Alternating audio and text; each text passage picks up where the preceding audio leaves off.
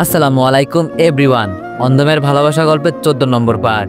আর কালকে আমি টিকটকে একটা ভিডিও আপলোড করছিলাম, যেখানে বলছিলাম যে অন্ধমের ভালোবাসা গল্পটি টিকটকে আপলোড করব না।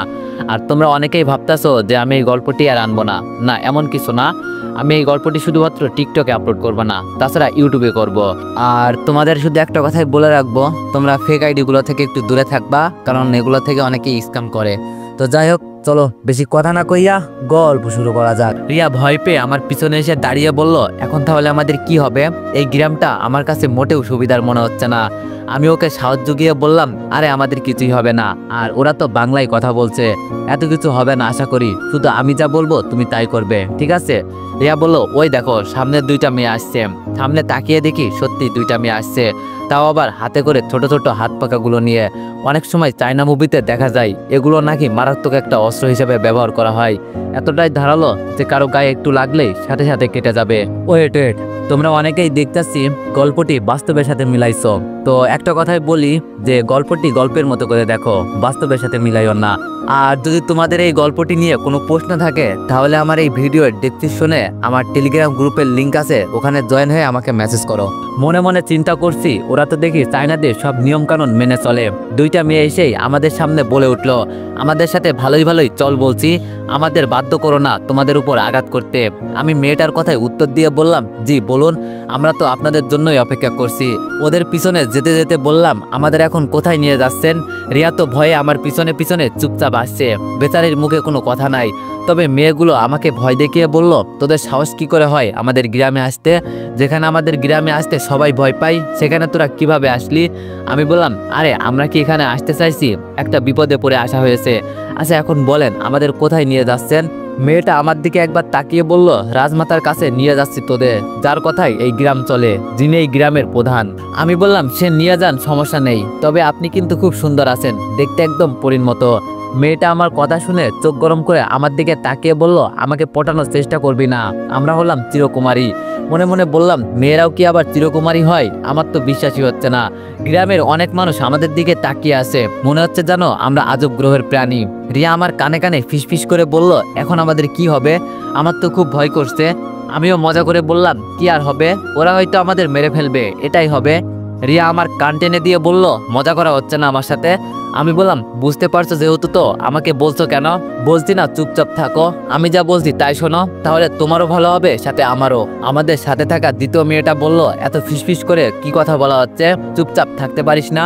ওরে, এই মেয়েটাও মুখে তো এতক্ষণ কোনো কথাই ছিল না, হঠাৎ করে কথা ফুটলো কিভাবে? আমি চুপ করে থাকতে না পেরে বললাম, আচ্ছা তোমরা এই গ্রামের কি হও? আর যেখানে ছেলেরা থাকার কথা সেখানে তোমরাই বা কি করছো? প্রথম মেয়েটা বলে উঠলো, আমরা এই গ্রামের রক্ষক, এই গ্রামের সব দায়িত্ব পালন করি আমরা, আর আমাদের গ্রামে বেশি ছেলে নাই, তাই মেয়েরাই সবকিছু দায়িত্ব পালন করে। আমি রিয়াকে আস্তে করে বলে উঠলাম, রিয়া একটা শ্বাস নিয়ে দেখবো, এখানে কিন্তু এত ছেলে নাই, তাইলে 3-4টা বিয়ে করতে পারবো, কি বলো তুমি? ওয়ানেক্স হচ্ছে সবচেয়ে বিশ্বস্ত বুকমেকার, যা পিএইচডি এবং সিরিয়া অ্যাপের অফিসিয়াল পার্টনার। এই অ্যাপসে আপনি cricket, football, tennis live match দেখতে এবং তাদের স্কোর ভবিষ্যৎবাণী করে সহজেই অর্থ উপার্জন করতে পারবেন।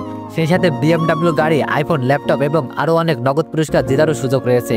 এই অ্যাপটিতে আপনি crush crystal, under and over 21 ইত্যাদি গেম খেলে সহজেই আয় করতে পারবেন। আপনি বিকাশ, নগদ, রকেট ব্যাংক, ক্রিপ্টো, পেপল এবং অন্যান্য সহজ পদ্ধতির মাধ্যমে সহজেই আপনার জেতা টাকা তুলতে পারবেন।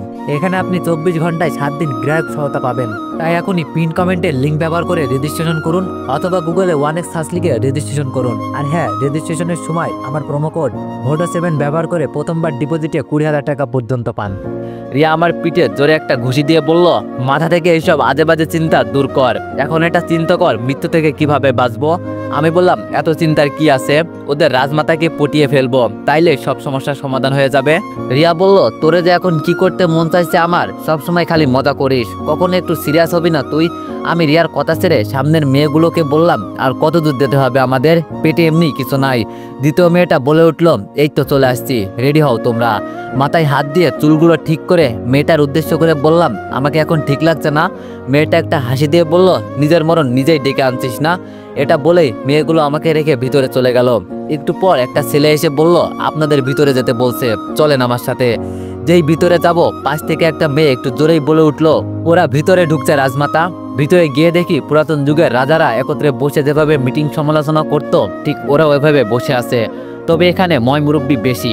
উপরে একটা চেয়ার এখনো খালি আছে, এটা খুব হাইফাই চেয়ার দেখে মনে হচ্ছে, এটাতেই মনে হয় রানী বসবেন।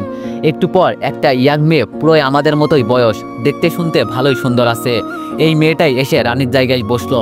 তবে আমি সবচেয়ে বেশি যেটাতে অবাক হয়েছি, এই মেয়ের কথাই নাকি এই গ্রামটা চলে। কিভাবে সম্ভব এত অল্প বয়সে এত কিছু দায়িত্ব পালন করতে? রানীর পাশে বসে থাকা একজন পণ্ডিত আমাদের দিকে তাকিয়ে বলল, দেখে তো মনে হচ্ছে না ওরা কোনো পর্যটক, তবে উল্টো পথ দিয়ে আমাদের গ্রামে এসেছে, তাও আবার মরুভূমি দিয়ে, কিভাবে সম্ভব?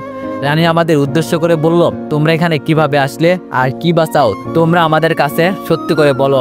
রিয়া তো ভয়ে কোনো কথাই বলছে না, আমার পিছনে আমার হাত ধরে চুপচাপ দাঁড়িয়ে আছে। তাই আমি বলে উঠলাম, দেখেন আমি সবসময় সত্যি কথা বলতে পছন্দ করি, তাই আপনাকে আমি কখনোই মিথ্যা কথা বলবো না। আসলে আমরা দুইজন ঝর্ণার পানি দেখতে পাহাড়ের কাছে গিয়েছিলাম, কিন্তু আমরা এতটাই কাছে চলে যাই, পা পিছলে রিয়া ঝর্ণার পানিতে পড়ে যায়। মানে রিয়াকে দেখিয়ে বললাম, ওকে বাঁচাতে আমিও নিচে লাফ দিই, তারপর ভেসে ভেসে আবার আরেকটা পাহাড়ের কাছে চলে আসি। আর এসে দেখি আশেপাশে কোনো কিছুই নাই, চারিদিকে শুধু বালু আর বালু। তাই বাঁচার জন্য এই পথে রওনা দিই। আমরা জানতাম না এখানে একটা গ্রাম আছে। আমার কথা বাদ দেন, যদি মারতে চান আমাকে মেরে ফেলতে পারেন, তবে এই মেয়েটাকে মারবেন না, ও আমার সবকিছু, যা সত্যি ছিল আমি সব বলে দিয়েছি, বাকিটা আপনার সিদ্ধান্ত। তবে আমরা শুধু বাঁচতে এখানে আসছি, এর বেশি কিছু না। রাজমাতায় কি জানি একটা চিন্তা করে পণ্ডিতকে বলল, ওরা যা বলছে তা ঠিক আছে নাকি? দুইজন পণ্ডিত আমার কাছে এসে কিছুক্ষণ আমাদের দিকে তাকিয়ে থেকে বলল, জি রাজমাতা, ওরা যা বলছে তাই সত্যি, ওরা বিপদে পড়ে এখানে আসছে। রাজমাতা আমাদের উদ্দেশ্য করে বলল, মেয়েটা তোমার কি হয়? আমি কোনো কিছু চিন্তা না করে বললাম, জি ও আমার স্ত্রী হয়, আমার বেঁচে থাকার একমাত্র উৎস, এজন্যই তো ওকে বাঁচাতে আমি নিচে লাফ দিয়েছি। রিয়া তো আমার কথা শুনে মনে হয় আকাশ থেকে পড়লো, তবে ওকে আমি আগেই বুঝিয়ে এনেছি, আমি যা বলবো তাই যেন শোনে, এজন্য চুপচাপ আছে, নইলে এতক্ষণে আমার 12টা বাজিয়ে ছাড়তো।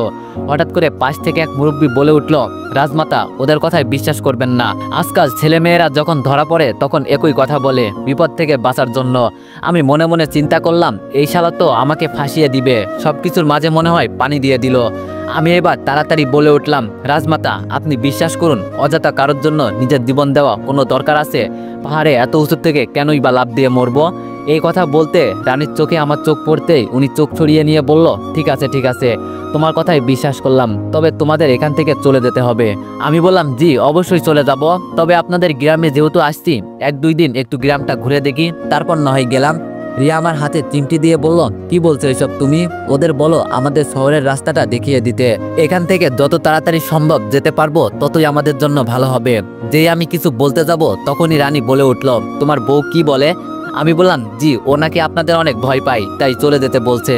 রানী চেয়ার ছেড়ে আমার কাছে আসতে আসতে বলল, আগে আমার বাবার কথাই এই গ্রাম চলতো, এখন উনি মারা গেছেন, তাই ওনার জায়গা আমার নিতে হয়েছে। এটা একটা ছোট্ট গ্রাম, এখানে মানুষগুলো খুবই ভালো, তুমি চাইলে বিশ্বাস করতে পারো। আমরা বাইরের লোকদের এর জন্য ভয় পাই, যদি কোনো ক্ষতি করে ফেলে আমাদের। রিয়াকে উদ্দেশ্য করে বলল, 1-2 দিন থাকো এখানে, দেখে যাও আমাদের গ্রামটা কেমন, পরে যদি ভয় লাগে আমাকে বলবে, কেমন? আর তোমরা মনে হয় শহরের ছেলে মেয়ে। রিয়া এবার ভয় কাটিয়ে আমার আগে বলে উঠল, জি রাজমাতা আমরা শহরের ছেলে মেয়ে, তবে আপনাকে অনেক অনেক ধন্যবাদ আমাদের সাহায্য করার জন্য। রানী মিষ্টি একটা হাসি দিয়ে বলল, আমাকে রাজমাতা বলতে হবে না, এটা শুধু আমাদের গ্রামের মানুষ বলে, কারণ ওরা আমাকে অনেক সম্মান করে। তোমরা চাইলে আমার নাম ধরে ডাকতে পারো, আমার নাম তামান্না। আমি মাথা নিচু করে বললাম, আরে না, এটা কখনো হতে পারে না, আপনি এত বড় একজন সম্মানী মানুষ, আপনাকে কিভাবে নাম ধরে ডাকবো? তবে আপনি কিন্তু অনেক ভালো। রাজমাতা একটা হাসি দিয়ে বলল, তোমার বউ অনেক সুন্দর আছে, একদম পারফেক্ট জুটি তোমাদের। এটা বলতে রিয়া আমার দিকে তাকিয়ে দেখলো আমি কি বলি। আমি চোখে ইশারা করে বললাম, যা বলছি তাই করো, নইলে সব খেলা এখানেই খতম হয়ে যাবে। রিয়া আমার কথা মতো একটা মিথ্যা হাসি দিয়ে বলে উঠল, ধন্যবাদ আপনাকে আমাদের প্রশংসা করার জন্য। রানী কাকে জানি ডেকে বলে উঠলো, ওদের নিয়ে আগে খাইয়ে আনো, পরে ওদের রুমটা দেখিয়ে দাও, আজকে এমনি বেলা শেষ হয়ে গেছে, কালকে গ্রামটা ঘুরে দেখবে, কেমন? রানীর কথায় আমি বলে উঠলাম, আপনাকে অনেক অনেক ধন্যবাদ, আসলে আজকে 2 দিন ধরে কিছুই খাই নাই, কিভাবে যে বেঁচে আছি সেটাই জানি না, তবে এতে আমার কোনো আফসোস ছিল না, আমার বউয়ের জন্য খুব খারাপ লাগছে, দেখছেন ওর মুখটা কেমন শুকিয়ে গেছে। আমার এখন রিয়াকে বউ বলতে বেশ ভালোই লাগছে, আহা রিয়া আমার বউ, ভাবতেই যেন মনের ভিতরে খুশির জোয়ার চলছে। রানী এবার হতাশ হয়ে বলল, তোমরা 2 দিন ধরে না খেয়ে আসো, এখন তাড়াতাড়ি গিয়ে আগে খেয়ে নাও, যেই মেয়েগুলো আমাদের এখানে নিয়ে আসছিল এর মাঝে প্রথম মেয়ে এসে বলল আমার সাথে চলুন। রানী আমাকে আর রিয়াকে বিদায় জানিয়ে বলল এখন তোমরা যাও, গিয়ে বিশ্রাম করো, যদি কোনো দরকার হয় আমাকে বলবে। বাইরে যেতে যেতে মেয়েটাকে বললাম তুমি বলেছিলে আমাদের মেরে ফেলবে। মেয়েটা বলল আপনাদের দেখে রানীর দয়া হয়েছে, তাই হয়তো মাফ করে দিয়েছে। পাশ থেকে রিয়া বলল তোমার নাম কি? মেয়েটা বলল আমার নাম পরে শুনবেন, আগে চলেন আপনাদের খাইয়ে আনি। খাবারের কথা শুনে জিহ্বায় জল এসে গেছে। খুশি মনে বললাম কি কি খাবেন আমাদের? রিয়া আমাকে গুতা দিয়ে বলল এইসব কথা কেন বলছিস? লজ্জা করে না? ওরা যা খাবে আমাদের তাই তো আমাদের খেতে হবে। মেয়েটা আমাদের মধ্যে সমালোচনা দেখে বলল আপনারা শহর এলাকার মানুষ, তাই শহরের খাবারই পাবেন, এখানে এত চিন্তা করতে হবে না। আমাদের নিয়ে একটা হোটেলে যাওয়া হলো। মেয়েটা খাবার অর্ডার করতেই আমি বললাম আমরা কিন্তু এইসব বাঁশের কাঠি দিয়ে খাবার খেতে পারি না, হাত দিয়ে আমরা খাই, তাই সেই ব্যবস্থা করে দিতে হবে। এই কথাটা এজন্য বললাম আশেপাশে সবাই এভাবে দুইটা কাঠির সাহায্যে খাবার খাচ্ছে, বুঝি না এরা কিভাবে খায়। রিয়াও আমার সাথে তাল মিলিয়ে বলল আমিও এভাবে খেতে পারবো না। আর এটা কি আপনাদের ঐতিহ্য নাকি এভাবে কেউ খাবার খায়?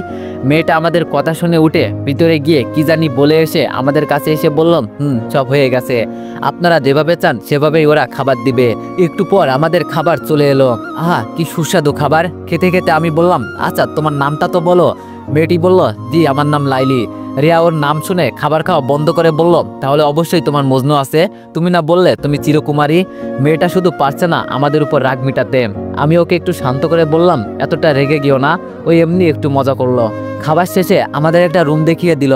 আর লাইলি চলে যাওয়ার আগে বলল যদি কোনো দরকার পড়ে ওই পাশের রুমে থাকি আমি, বলবেন কেমন? এটা বলে লাইলি চলে গেল। রুমের ভিতরে গিয়ে রিয়া দরজা বন্ধ করে আমাকে ইচ্ছা মতো মারতে লাগলো।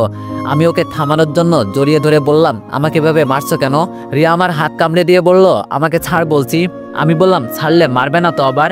রিয়া বলল না আগে ছাড়। রিয়াকে ছাড়তে আবার আমাকে মারা শুরু করলো। আমি রেগে বিছানার উপর বসে বললাম যত খুশি মারো, আমি তো আমাদের বাঁচানোর জন্যই তোমাকে স্ত্রী বানাইছি, নইলে ওরা কি বিশ্বাস করতো যে একটা মেয়ের জন্য হুদায় আমি জীবন দিব?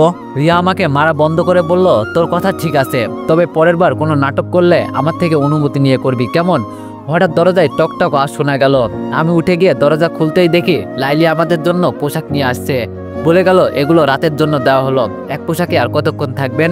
আমি ওকে ধন্যবাদ জানিয়ে বিদায় করলাম। কিন্তু সমস্যা একটাই, রুমটা অনেকটা ছোট, নিজেদের থাকবো সেই ব্যবস্থাও নাই। আবার ওয়াশরুম এমনভাবে তৈরি করেছে আমরা রোদ্রের মাঝে হাঁটলে যেমন একটা ছায়া দেখা যায়, এটাও ঠিক এমনভাবে তৈরি করছে ভাই থেকে ছায়ার মতো সবকিছু দেখা যায়। ওরা মনে করছে আমরা সত্যি সত্যি স্বামী স্ত্রী, কিন্তু ওরা তো আর জানে না যে আমরা স্বামী স্ত্রীর নামে অভিনয় করছি। রিয়া আমার হাত থেকে কাপড়গুলো নিয়ে বলল চোখগুলো বেঁধে ফেল। আমি রিয়ার দিকে অবাক দৃষ্টিতে তাকিয়ে বললাম চোখগুলো বেঁধে ফেলবো মানে কি বলতে চাইছো তুমি? রিয়া বলল কি বলতে চাইছি মানে তুমি বোঝো না? ছোট বাচ্চা তুমি যে দুধু খাও, ওয়াশরুমের বাইরে থেকে সবকিছু দেখা যায়, তুমি দেখো না? আমি এখন কাপড় চেঞ্জ করব, তাই তোমার চোখ বাঁধতে হবে। বলা তো যায় না ছেলে মানুষের মন, সুযোগ পেলে কি করে বসে। এটা বলেই রিয়া আমার দিকে তাকিয়ে আছে আমি কি বলি তাই শোনার জন্য। আমি তো ওর কথা শুনে দাঁড়িয়ে গেলাম, ওর দিকে আঙুল তুলে বললাম আমাকে বিশ্বাস করো না তুমি? তাই তো, কি বললে? ছেলে মানুষের মন বলা তো যায় না, কখন কি করে বসে। তাহলে থাকো তুমি, আমি আমার পথ দেখে চলে যাচ্ছি। যে আমাকে বিশ্বাস করে না আমি তার সাথেও থাকতে চাই না। এই যে থাকো তুমি, আমি গেলাম। রিয়া চট করে আমার হাত ধরে বলল দেখো আমি তোমাকে এভাবে বলতে চাইনি। আচ্ছা চোখ বাঁধতে হবে না, ওই দিকে ফিরে কিছুক্ষণ চোখ বন্ধ করে রাখো, তাহলেই হবে। আমি বললাম এটা বলো, আমি যেখানে তোমার সাথে এক রাত ছিলাম তাও আবার এত কাছে, তখন কি আমার ভিতরে কোনো খারাপ উদ্দেশ্য ছিল? তুমিই বলো। সত্যি রিয়ার কথা শুনে আমার মন খারাপ হয়ে গেল, এজন্য এটা বললাম। রিয়া আমার হাত ধরে বলল সরি, আমি এভাবে বলতে চাইনি তোমাকে। আমি জানি তুমি কত ভালো একটা ছেলে, আমারও তো একটা সুরক্ষার বিষয় আছে না? তুমিই বলো। মেয়ে হয়ে তো জন্মগ্রহণ করো নাই, তাহলে বুঝতে। আমি বললাম আমি তোমাকে বলছি আর এত কথা বলতে হবে না, যাও যা ইচ্ছা তাই করো। এই যে আমি চোখ বন্ধ করলাম। রিয়া যেতে যেতে বলল এত রাগ করার কি আছে? আমি তো এমনি মজা করে বললাম। আমি মনে মনে বললাম মজা না ছাই, আঘাত দিয়ে কথা বলে আবার বলে কি আমি তো মজা করছি। চোখ বন্ধ করে বসে আছি। কিছুক্ষণ পর রিয়া এসে বলল এখন চোখ খুলতে পারো। আমি চোখ খুলে দেখি টাওয়ালের মতো কি জানি পরেছে রিয়া, তবে এই পোশাকে রিয়াকে অনেক সুন্দর লাগছে। রিয়া বলল কি হলো, এভাবে তাকিয়ে কি দেখছো? তবে এই পোশাক আমি প্রথমবারের মতো আজকে পরলাম, বেশ ভালোই লাগছে। চুলগুলো ঠিক করে অন্য পাশে গিয়ে রিয়া কথাটা বলল। আমি ওয়াশরুমের দিকে যেতে যেতে বললাম আমি ভিতরে গেলাম, তোমার ইচ্ছা হলে দেখতে পারো, না হলে চোখ বন্ধ করতে পারো। রিয়া আমার দিকে একবার তাকিয়ে বলল লজ্জা শরম কিছু আছে তোমার ভিতরে, নাকি সব বিক্রি করে দিছো? আমি বললাম, না, এইসব আমি আলু ভাজির সাথে রান্না করে খেয়ে ফেলেছি। নিজেরই নাই লজ্জা শরম, আর আমাকে শিখাতে আসছে লজ্জা শরম আছে কিনা। রিয়া গাল লাল করে বলল, শুধু একবার ওখান থেকে বের হয়ে আয়, দেখ আমি তোর কি অবস্থা করি। আমি চুপচাপ কাপড় চেঞ্জ করে বাইরে বের হলাম। দেখি রিয়া বিছানার উপর বসে উপরের দিকে এক নজরে তাকিয়ে আছে। আমি বললাম, এই যে ম্যাডাম, উপরের দিকে এভাবে এক দৃষ্টিতে তাকিয়ে কি দেখছেন? রিয়া আমার কথা শুনে আমার দিকে তাকিয়ে বলল, উপরে এই মাটির পাত্রটা কিসের দেখছো তুমি? রিয়ার কথায় আমিও উপরের দিকে তাকিয়ে দেখি সত্যি সত্যি উপরে একটা মাটির পাত্র আছে। এটা দেখে আমি রিয়াকে বললাম, কে কি রেখে গেছে সেটা আমাদের দেখে লাভ আছে? এমনি অনেক রাত হয়ে গেছে, এখন ঘুমাতে হবে। রিয়া আমার কথায় পাত্তা না দিয়ে বলল, এটা কি আমি দেখেই ছাড়বো? আমি বললাম, ওরা যে আমাদের এখানে থাকতে দিয়েছে এটাই তো অনেক বেশি, এখানে কোনো গন্ডগোল করে আমাদের লাভ আছে, তাই বলছি এত কিছু দেখার আমাদের দরকার নেই। রিয়ার কাছে বসে বললাম। কিন্তু রিয়া মুহূর্তের মাঝেই বিছানার উপর দাঁড়িয়ে বলল, এই জিনিসটা কি, এভাবে কেনই বা এখানে রেখে গেল? এটা তো আমি দেখেই ছাড়বো, এর ভিতরে কি আছে। এটা বলে রিয়া মাটির পাত্রের মাঝে হাত দিয়ে বলল, এটা তো অনেক ভারী, আমাকে সাহায্য কর। আমি বললাম, আমি পারবো না, তোমার ইচ্ছা হয়েছে তুমি দেখো, আমি নাই এইসবের মাঝে। রিয়া রেগে আমার কাছে এসে বলল, তুই পারবি না মানে? তোর বাপ দাদা 14 গোষ্ঠী সহ পারবে, নইলে তো জানিস কি করব। মনে মনে বললাম, এই মেয়ে যে আমাকে কি পেয়েছে কে জানে। তবে ভালোবাসার মানুষ কোনো আবদার করলে সেটা কি আর ফিরিয়ে দেওয়া যায় বলেন? কি আর করব, শেষমেশ রিয়াকে সাহায্য করলাম। তবে অদ্ভুত বিষয় হলো, এটা দেখতে একদম কলসের মতো, কিন্তু সেটা মাটির। তবে উপরে মুখের দিকে ভালো করে কাগজ দিয়ে পেঁচানো আছে। রিয়া আস্তে আস্তে সেগুলো খুলতে লাগলো। আমি ওর হাত ধরে বললাম, রিয়া, আমরা এইসব কি করছি একবার চিন্তা করে দেখো, যদি এতে কারোর কোনো অসুবিধা হয়। রিয়া আমার হাত ঝাঁকি দিয়ে ফেলে দিয়ে বলল, কি হয় না হয় সেটা পরে দেখব, এটার ভিতরে কি আছে সেটা আমি না দেখে ছাড়বো না। আমার কেমন জানি একটা আগ্রহ জেগে গেছে এটা দেখার। আমি আর কি করব, দুই গালে হাত দিয়ে পা ভেঙে বসে বসে তাকিয়ে তাকিয়ে দেখছি রিয়া কি করে। সম্পূর্ণ কাগজটা খোলার পর আমি আর রিয়া দুজনেই অবাক হয়ে গেছি। এটার ভিতরে এক ধরনের পানি আছে, তবে সেটা একদম লাল টুকটুকে। আমি এটা দেখেই বুঝে গেছি এটা দেখি। রিয়া যদি এই নেশা জাতীয় পানি একবার খায় তাহলে আজকে ও তো শেষ হবেই, সাথে আমিও। রিয়া মাটির পাত্র থেকে হাত দিয়ে একটু পানি চেকে বলল, ইয়াহু, আমি পেয়ে গেছি, এত সুস্বাদু পানি আমি জীবনও খাই নাই। এই মাটির কলসের সাথে লাগানো ছিল ছোট্ট একটা গ্লাস, সেটার মাঝে রিয়া পানি ঢালতে লাগলো। আমি ওর হাত ধরে থামিয়ে বললাম, রিয়া, এটা একদম ভুলেও করবে না, হতেও তো পারে এটা এক ধরনের বিষ। এটা যে নেশা জাতীয় পানি বললাম না, নইলে রিয়া বলতো তাহলে তো আমার জন্য অনেক ভালোই হয়েছে। বিষ বললাম এই কারণে যেন ও সহজে বিশ্বাস করে নাই। কিন্তু রিয়া আমাকে অবাক করে বলল, আমাকে আর বোকা বানানো লাগবে না, আমি সবকিছু বুঝি। এটা একটা সুস্বাদু পানি যা ওরা এখানে লুকিয়ে রাখছে। ভাব একবার আমার কি কপাল, আমি সেটাকেই দেখে ফেলেছি এবং এখানেই খাবো। এটা বলেই রিয়া গ্লাস ঠোঁটের কাছে নিয়ে ঢকঢক করে খেতে লাগলো। আমি মনে মনে ভয় পেতে লাগলাম, না জানি আজকে আমার কি অবস্থা হয়। ভয়ে ভয়ে ওর দিকে তাকিয়ে বললাম, খেলেই যখন তাহলে অল্প করে খাও, বেশি খাওয়া কিন্তু শরীরের জন্য ভালো হবে না। রিয়া আমার সামনে এক গ্লাস ধরে বলল, খাবে তুমি? আমি মুখ ফিরিয়ে নিয়ে বললাম, না, তুমি খাও, তবে আজকে যে তুমি মরবে এটা আমি শিওর। রিয়া বলল, আরে মরলে মরবো, তাই বলে এইরকম জিনিস হাতছাড়া করব? রিয়া খেতে খেতে প্রায় অনেকটাই খেয়ে বলল, এখন হয়েছে, আর খাবো না। আমি ওর দিকে চোখ বড় বড় করে তাকিয়ে আসি আর মনে মনে চিন্তা করছি, রিয়া এতটা পরিমাণে খেয়েছে এই পানি, এরপরও এই মেয়ের কিছু হলো না, বিষয়টা কি? হাত দিয়ে আমি একটু সেকে থুতু দিয়ে ফেলে দিলাম। এটা তো এক নম্বর, ওই যেন কি বলে মনে পড়ছে না। তবে এটা খেয়ে যে মারাত্মক নেশা হবে এটা আমি শিওর। আবার আগের মতোই সুন্দর করে কাগজ দিয়ে পাত্রটা মুড়িয়ে আগের জায়গায় রেখে দিলাম। তবে বিছানার উপর রিয়া ঝিমটি মেরে বসে আছে, কোনো কথা বলছে না, একদম চুপচাপ। আমি ওর দিকে তাকিয়ে দেখলাম রিয়ার মুখটা কেমন জানি লাল হয়ে গেছে। মনে মনে বললাম, আজকে কাজ হয়েছে, এখান থেকে কি চলে যাব নাকি থাকবো? যখন এই পানি ওর ভিতরে গিয়ে কাজ করবে না, তখন সবকিছু উল্টাপাল্টা করে ফেলবে। আমার মনের ভিতরে ভয় হতে লাগলো, তবে একা রেখেও তো যেতে পারছি না। যত যাই হোক, ওকে আমি ভালোবাসি, তাই এখন ওকে খেয়াল রাখা আমার কর্তব্য। আমি রিয়ার গায়ে হাত দিয়ে বললাম, রিয়া, তোমার কি হয়েছে, কথা বলো না কেন? হাত ঝাঁকি দিয়ে বললাম, এই রিয়া, কথা বলো না কেন তুমি? প্রায় আধা ঘন্টা পর রিয়া আমার দিকে তাকিয়ে একটা হাসি দিল। আমি ওর হাসির দিকে এক দৃষ্টিতে তাকিয়ে আসি। কি সুন্দর হাসি, দেখলেই যেন মন প্রাণ জুড়িয়ে যায়। রিয়া আমার কাছে এসে বুকের মাঝে হাত দিয়ে বলল, তোমার বুকের মাঝে এত পশম কেন? এই পশম তোমাকে অনেক হট লাগছে। বিছানার উপর থেকে লাফ দিয়ে রিয়ার থেকে অনেকটা দূরে গিয়ে বললাম, আমি কতবার বলছি এইসব খাবে না, এখন ঠেলা বোঝো কেমন লাগে। রিয়া পাশে পড়ে থাকা ফল কাটা ছুরিটা নিয়ে আমার গলায় ধরে বলল, আমি এখন যা বলবো তাই করবি, চুপচাপ বিছানার উপর গিয়ে শুয়ে পড়। ভয়ে ভয়ে বললাম, রিয়া তুমি আমার সাথে কি করতে চাইছো? আমি বুঝতে পেরেছি তুমি মাতাল হয়ে গেছো। দাও আমি বাইর থেকে তোমার জন্য টক নিয়ে আসছি, তাহলে ঠিক হয়ে যাবে তুমি। রিয়া আমাকে উল্টো ধমক দিয়ে বলল, এত কথা বলিস কেন? আমি যা বলছি তাই শোন, নইলেই দিলাম টান। আরে আরে রাখো রাখো, যাচ্ছি। ভয়ে ভয়ে বিছানার উপর গিয়ে শুয়ে পড়লাম। রিয়া কাপড় দিয়ে আমার হাত পা সব বেঁধে ফেললো। আমি এবার ওর চোখের দিকে তাকিয়ে বললাম, রিয়া তুমি আমার সাথে কি করতে চলছো? রিয়া আমাকে ছেড়ে বিছানার উপর বসে হেসে হেসে বলল, আমার শরীর কেমন কেমন জানি করছে, মনে হচ্ছে তোর দিকে আমাকে টানছে। ইস রে! আমি একটু জোরে চিৎকার দিয়ে বললাম, রিয়া এটা মোটেও তুমি ঠিক করছো না, দেখো তুমি এখন দিশাহারা হয়ে গেছো, তোমার ভিতরে তেমন কোনো জ্ঞান শক্তি নাই রিয়া, তাই বলছি আমার হাত পা খুলে দাও প্লিজ। রিয়া শরীর থেকে ওর কাপড় এক এক করে সব খুলতে লাগলো। আমি চোখ বন্ধ করে বললাম, রিয়া এটা তুমি করতে পারো না, আমার হাত পায়ের বাঁধন খুলে দাও প্লিজ। শুধু এটুকুই বললাম। পরে আর কিছু বলার সুযোগ না দিয়ে রিয়া যেটাকে ইতিহাস বলে সেটাই করলো। সকালে কারো কান্নার আওয়াজের কারণে ঘুম ভেঙে গেল। পাশে তাকিয়ে দেখি রিয়া শরীরে কম্বল পেঁচিয়ে কান্না করছে। আমি তাড়াতাড়ি বলে উঠলাম, কি হয়েছে রিয়া তোমার, হঠাৎ এভাবে কান্না করছে কেন?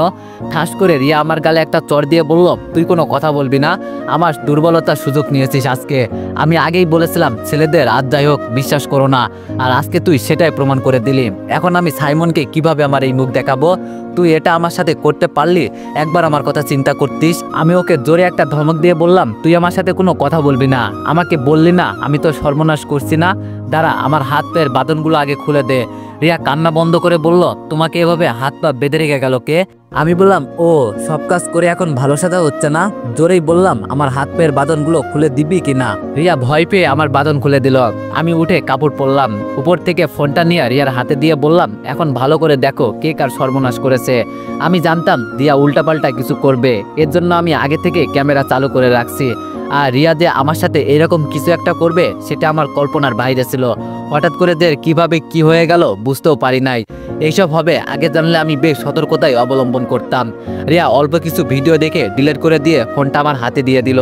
মাথা চুলকাতে চুলকাতে বলল, আমি আসলে সরি, আমি বুঝতে পারি নাই এই পানি খাওয়ার পরে যে এইসব হবে।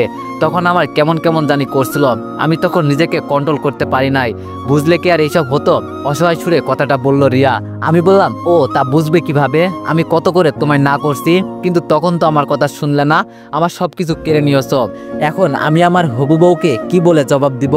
মনে মনে তো আমি অনেক খুশি, আমার হবু বউ তো তুমি রিয়া। রিয়া কান্না কান্না সুরে বলল, আমি সত্যি অনেক সরি, আমি জানতাম না আমি এমন কিছু করে বসবো। আমি রিয়ার কথা শুনে হাসতে লাগলাম। রিয়া আমার দিকে অবাক দৃষ্টিতে তাকিয়ে বলল, তুমি হাসছো কেন? আমি বললাম, তোমার সরি কথাটা শুনে এত বড় একটা ভুল করলে, এই সামান্য একটা সরি বলেই কি সব মাফ হয়ে গেল? এবার আমি ওর কাছে গিয়ে ওর চোখের দিকে তাকিয়ে বললাম, সেই দিন আমি ওই রকম একটা ভুল করেছি, কিন্তু তখন তো তুমি আমাকে মাফ করো নাই। আমি চাইছিলাম তোমাকে বিয়ে পর্যন্ত করতে, কিন্তু তুমি কি করলে? তোমার ভাইকে বললে আমাকে মেরে ফেলতে। আজকে তুমি আমার জায়গায় দাঁড়িয়ে আছো আর আমি তোমার জায়গায়। এখন এটা চিন্তা করো, আমি কি সেই দিন খুব বড় ভুল করে ফেলেছি, যার কারণে এত এত বছর আমি আমার পরিবার হারা, আমার প্রিয়জন হারা? তোমার মতোই সেদিন আমারও এরকম নেশা হয়েছিল, তবে সেটা তোমার নেশা, যা আমি মাথা থেকে দূর করতে পারি নাই।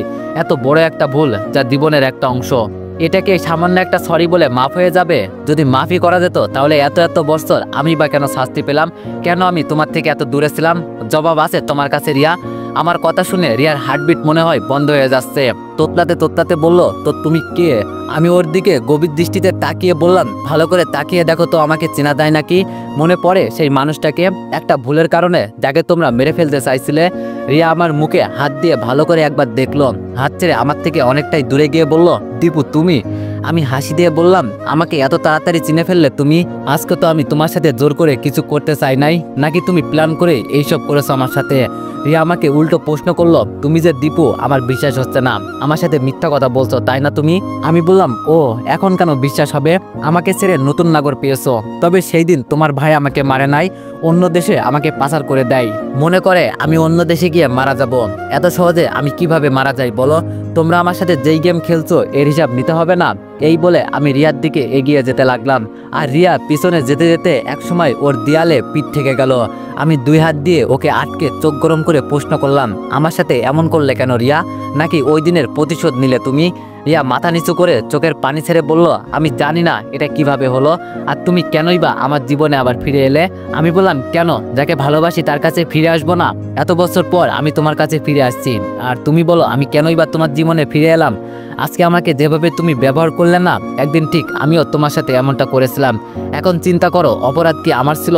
মানছি আমার অপরাধ ছিল, এজন্য তো আমি তোমার কাছে মাপও চাইছিলাম, ঠিক এখন যেভাবে তুমি বলছো। রিয়া বলল, পুরনো কথা আমাকে মনে করিয়ে দিও না, আমি বলছি তো আমার ভুল হয়ে গেছে, আমি আর তোমাকে আমার সামনে দেখতে চাই না। আমার জন্য আমার সাইমন আছে, ওকেই আমি ভালোবাসি। আর দীপু নামের যে ছিল ও আমার কাছে মৃত। রিয়ার কথায় মন খারাপ করে বললাম, এত বছর পর আমার আসল পরিচয় পেলে এরপরেও এই কথা বলছো? তুমি জানো রিয়া, আমি এখানে শুধু তোমার জন্য ফিরে এসেছি, তোমার জন্য আমি আমার জীবনটাও দিতে প্রস্তুত ছিলাম। আর তুমি? রিয়া আমার দিকে একবার তাকিয়ে দরজা খুলে বাইরে চলে গেল। আমি বিছানার উপর বসে বসে চিন্তা করছি, তাহলে কি আমার ভালোবাসা এভাবেই সমাপ্ত হয়ে যাবে? তো এভরিওয়ান, নেক্সট পার্টের জন্য অপেক্ষা করো। ধন্যবাদ।